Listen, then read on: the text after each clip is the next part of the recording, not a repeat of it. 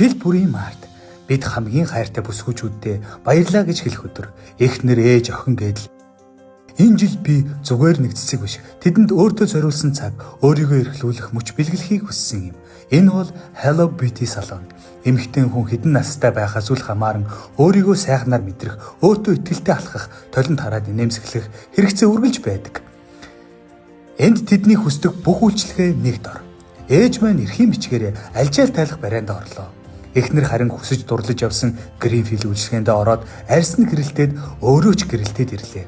Охин харин чихээ цоолуулна, дараа нь хуухаа цэвэрлүүлж хумс суруугаа янзлууллаа.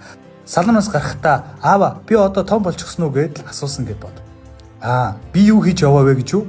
Өөрийгөө ээж мартав дээ. Өөрийгөө хайрладаг хүн л бусдыг хайрлаж чаддгаа гэж. Би ч бас жаргаад л авлаа.